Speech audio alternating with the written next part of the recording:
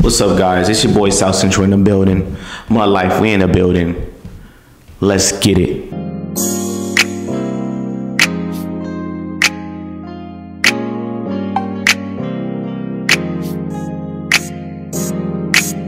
Riding around in my town, keep chasing that bag, cause I'ma keep on going. I'ma keep on showing. Alright guys, this video is going to be about, the Trump indictment. This is a crazy situation yet again. Another indictment, and we're going to do our review on it. Former President Trump continues to claim he is the victim of a witch hunt. Some of his political rivals on the campaign trail are defending him, calling the indictment unfair and purely political.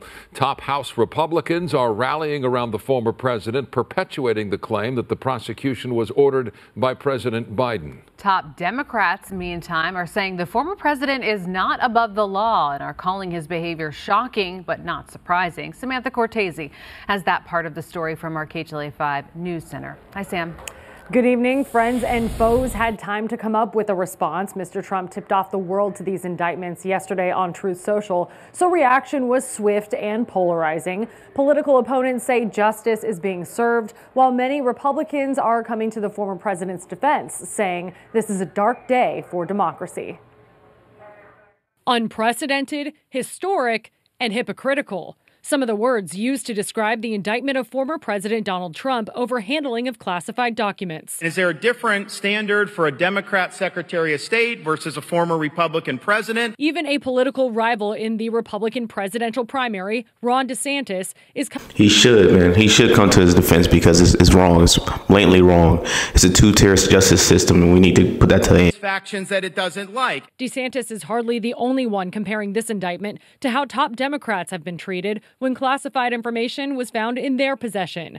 House Speaker Kevin McCarthy and Representative Jim Jordan in the Judiciary Committee made an official request for the Justice Department to provide documents about the FBI's search of Mar-a-Lago last year, saying they will investigate this double standard and miscarriage of justice. All right, guys, let's get into it. My perspective, what this means is that the government can and will be weaponized against the American people. It can be weaponized from the top down, and we're seeing it in plain sight, right? Just one recent example is the protesters of January 6th, as opposed to the BLM rioters and Antifa, and that's in plain sight, right? One were protesting against what they thought was, unjust election, and one just protest over George Floyd, which is fine, but they destroyed their cities, right? I didn't hear about them going to jail. I didn't hear no consequences, but those who just walked inside the Capitol were arrested. Hillary Clinton, she had a server, right? A private server with confidential information for the government. She actually admitted that she committed that crime. Also, the Hunter Biden laptop, right? First, it was conspiracy. It was all a farce. We were just over exaggerating, right? It was all a lie. Now, it's a true story. As American citizens, we didn't get any apology that the FBI lied to us, right? They didn't apologize to us. They don't even feel like they need to answer to us. It is what it is. Move on. They also try to set up a misinformation and disinformation board. Does the FBI fit the description for lying to the American people? That's not a two-tier system. What is it then, right? And since everything came out to be true with Hunter Biden and, Hillary Clinton broke the law knowingly, right, publicly, and nothing happened to her, who is serving these people, right? Why are they getting away with things? I thought justice is supposed to be blind, right? That's so they tell us. Justice is supposed to be blind. I guess not, right? There shouldn't be one side get prosecuted and the other gets let free. No one will respect the law that way. You can't enforce the law on one party or one political party that you don't agree with and let the other go free. There's a bias there, right? If there's a bias, then that system needs to be eradicated and we start all over, because it's not fair. And law is all about fair. And they've been investigating Trump ever since he got in office, right? I've never seen a president in my time, right? And not even in history in America that was investigated that much, right? And came out scot-free with no convictions, right? I think that deserves some type of accolades, right? What about the Russia hoax? What about that? Right, that went on for years. Now that it's a nothing burger, nobody says anything about it. It's just move on, right? That just proves to you that the government will lie to you, right? They were trying to persuade the voters in a certain way, even though that's not their job. Their job is to enforce the law, right? Where the law was broken. But I don't think they're doing their job now. I think that they're biased and one-sided, and it's showing. And I think the American people are waking up to that, right? As a branch of the government, I don't think that it's helping them. I think that it's destroying them, and it's destroying society, because once you lose faith in government, either you create a new government or, you know, you cause tyranny within the citizens. During the FBI whistleblower trials, the Democratic representatives in the court were trying to discredit those individuals that were speaking out, right?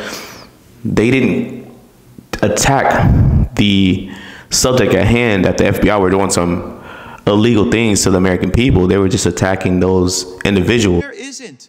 And people blew the whistle and said, this stuff is crazy. Americans are being targeted. Mr. Friend, you ever been to a school board meeting?